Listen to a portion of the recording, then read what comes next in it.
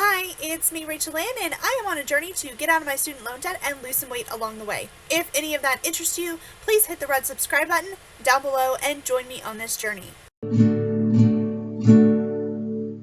Today is Financial Friday, so I am actually going over my April budget. So first of all, I apologize if you hear a loud whirring sound or a loud humming sound in the background. I do apologize for that. It is my computer. It is very old and it just works really hard. So April is a great month for me income wise. I actually have a seasonal side hustle that I work in April and October at Keeneland. That is a horse racing track that is actually about an hour away from me. It's a great side hustle. I'm looking forward to May because I actually work at Churchill Downs and that is in town. Let's just go through the budget and see how I did in April.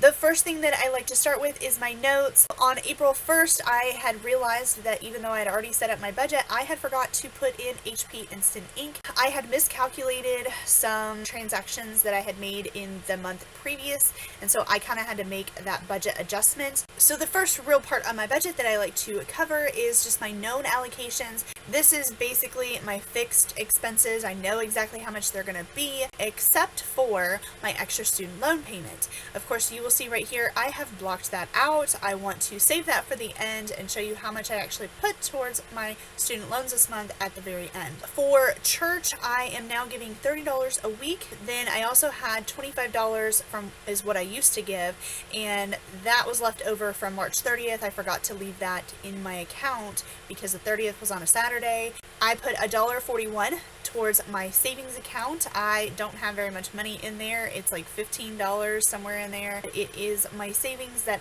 does not really have a name. I am just saving all of the interest that I earn from my Capital One 360 accounts. Now I have a link down below in the description box where you can actually use my link and you get a free $25 and I actually get $20 if you open up a qualifying account. And I think the minimum that you have to put in there is like $100. Like that's all you have to put in there. It's great. And I love the Capital One 360 accounts and I highly recommend them. The checking account is interest bearing. The savings accounts are interest bearing and they actually are a 1% interest bearing accounts. Most savings accounts that I researched were like 0.01%. So I feel like this is, they're really great, and the website's very easy to use, so it's highly recommended. So use my link below if you are interested in opening up an account with them, and you get some free money and I get some free money, and it's great. Next up is my rent, and I actually live at home with my parents, so I pay rent by paying my undergraduate student loans. My parents have promised to pay back my undergrad loans, and I would have to pay rent if I lived at home. We cut out the middleman and I'm just paying my undergrad for now while I'm living at home. My graduate loan payment, that is completely on me, and my minimum payment on that is $110.24, and then I have my extra student loan payment that all goes to my grad loan, and that is blocked out for right now, but you will find out how much I put towards my student loans by the end of this video. Then my extra checking account is really just kind of like a buffer account, and I just use it to transfer in and out money, and my savings accounts for Capital One 360, and I keep $250 in there at all times. That's just half of my emergency fund. Then my HP Instant Ink came out, and that was $5.29. That is a monthly bill that comes out automatically. And then Verizon was $53.11. Then on to gas. I had upped my gas amount. Usually I budget $75 for gas, but for the month of April, since I was driving an hour one way to work on the weekends, I actually upped this to $150, and it came out to be perfect. So I got gas on the 4th and the 6th. You can see how much I'm driving. The 11th and the 14th, and then the 20th and the 30th, and they're all, around $20 to $25. And then I was even able to get gas on the very last day of the month. I had enough in my budget that I could start out the month of May with a full tank of gas and hopefully not have to use as much gas money in May, especially now that I'm not driving to Keeneland. So in total, I spent $144.10, and I had $5.90 left in my gas allocation budget. For my groceries allocation, I spent $53.26 at Kroger. I guess you can tell where I like to shop and get my gas. It's also just really convenient. I spent $38.19 on snacks. I am a kindergarten teacher, and I am responsible for purchasing my students' snacks.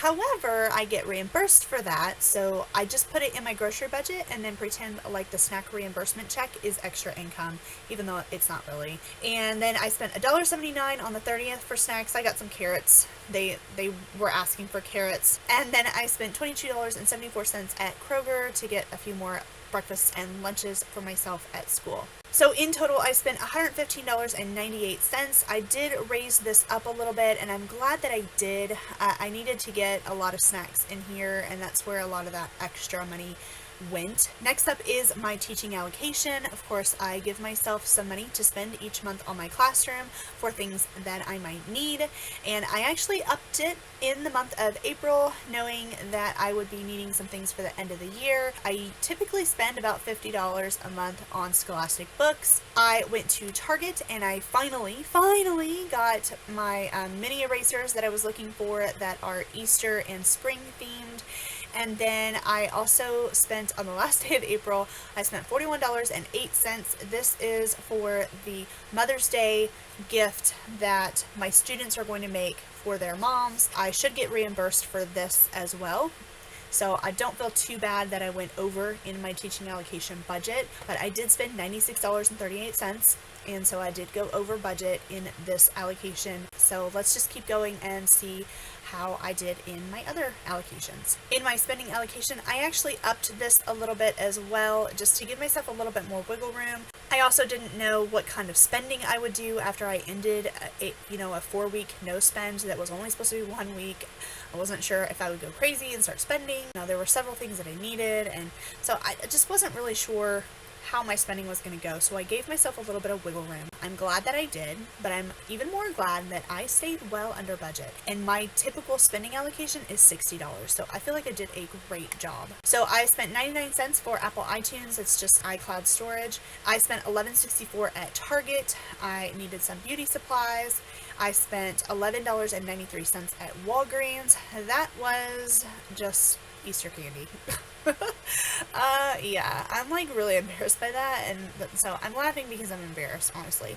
I spent so much money on Easter candy. I still have these, I did share some with my family. I spent money on it, and so it goes in the budget. Then I spent $20.75 at CVS. I had to get some face lotion, and then I also got a pressure knee brace because my knee has been bothering me lately. So because I upped my budget for the month of April, I still had $54.69 left over in my budget. But even if I hadn't upped my budget in the month of April, I still would have like $15, left. Then in my restaurant allocation, I spent $1.79 at McDonald's. That was some breakfast right before my Pink Flamingo 5K, which was so fun. And then I spent $6 at Churchill Downs. This was opening night racing that they had, and I didn't take any food with me. I didn't eat before we left, which I really should have. It cost me $6, but that's like with the 40 or 50% discount. It's expensive out there to eat. So anyway, I spent only $7.79 in my restaurant allocation, so I'm not too upset about it, and I had plenty of money left over. I had upped this budget as well just because I didn't, I kind of thought that I'd be eating extra when I was working at Keeneland and eating out more and, being on the road more, and so I upped that budget. And I didn't really need it, not at all. I mean, my budget is typically about $40 for restaurants, and I didn't even come close to that. So I'm super proud of myself. And doing my no spend, 2 weeks of it was in the month of April, that really helped keep costs down because I just kind of got into this practice of not really spending. And then even up here in my spending, I only bought things that I absolutely needed, except for this Easter candy. That was not needed. Yeah. Well, that's a whole other story. Then in my weight loss category, I actually purchased my 5K. I was cutting it close. I almost forgot to purchase the 5K. So I am doing the Through the Zoo 5K. I actually did this one way back in 2014. So I'm kind of excited about it. I'm hoping it doesn't rain this year. It rained then. So I did not stick around and go to the zoo, but you get free admission to the zoo too. The last time I was at the zoo was when I did the 5K, and then the time before that, I think I did trick-or-treating at the zoo when I was a kid. Then for April, my sinking funds, I didn't spend anything out of my sinking funds, so I don't have anything. And now for my income. This is always my favorite part. I love to see how much money I can put towards my student loans and how much money I can earn in a month, how much extra I can make. I am on a salary as a teacher and I get paid $11.45.93 2 times a month. So there's that one, and then there's that one. It's the same amount. That makes it easy to plan my budget. I just plan around that amount, and then anything extra I bring in can all go to my debt. So anyway, I made $1.41 in Capital One interest, but I've kind of already gone over that. My first paycheck from Keelan was $327.49. I actually got to work 3 days because 2 of those days was during my spring break, and I got to work a couple extra days, and that really helped me out. Then I got paid $208.71, and then I got paid $197.54. So for my total amount, I made $3,027.01 for the month of April. Okay, so I'm going to try to do this really quickly and not go off on any tangents like I love to do. So let's just go through and see how I did in each category, and then I will uncover how much I actually put towards debt. So I was -25 in church. I'm always negative in my savings just because I don't plan on what I'm putting in there. My rent, of course, was exact because I know how much that payment is. My graduate loan payment, my minimum payment, that's exact. I know how much that's going to be. I don't add anything to my checking account. My sinking funds were over by $20.41 because I had to make that adjustment from the month before. HP Instant Ink was negative because I forgot to put that in the budget. Verizon, I was 6 cents left over because it keeps fluctuating in the cents and how much it is. Gas, I had $5.90 left. Groceries, I had $9.02 left. Teaching, I went over by $16.38. Spending, I had $54.69 left. And restaurants, I had $67.21 left. And then weight loss, I had $12 left. So I think I did an awesome job with staying in budget this month. I'm super proud of myself. So now let's see how much total was I able to put towards debt. Before I reveal this, I want you to pause this video, go down below, leave a comment, leave a guess. Now that you know how much money I made and how much I stayed under and went over in my different categories, leave a guess. How much money did I put towards debt? Are you ready? Let's see. I put $1,629.54 to debt this month, on top of the $110.24. So I put a total of, let's see, $1,740 towards debt. Like, that's awesome. I am so excited about that amount, considering that my main paycheck is really about $2,200 a month. That's amazing. If you think that this is amazing, just wait for May. I'm so excited for you to see May. So that is my April budget recap. I mean, I've already said it. I'm proud of myself for staying in budget and staying in budget of what my original budget is, not just staying in budget for my up to budget that I did for this month. Yeah, I didn't need all that extra money. I think just having the extra money in my allocations kind of gave me the freedom to spend, which actually makes me want to spend less. Which is really weird like that. Like, if I just say no, no, no, no, no, then I'm going to want it. I'm going to want it more. I'm going to want to spend more. I'm going to rebel. I'm just going to do it. I'm just going to go off and spend who knows what. But to be like, yes, you can spend extra. If you're stressed out and you need to go to the store and just buy something stupid, then you can do that. I bought Easter candy. That was pretty stupid. But I mean, like, $11 stupid, it's not that big a deal. I'm more worried about the candy that I bought rather than the money that I spent. So if you haven't already, leave me a comment down below. Let me know what you think about my debt payment this month. And of course, don't forget to like this video because it's an awesome number for me to put towards debt.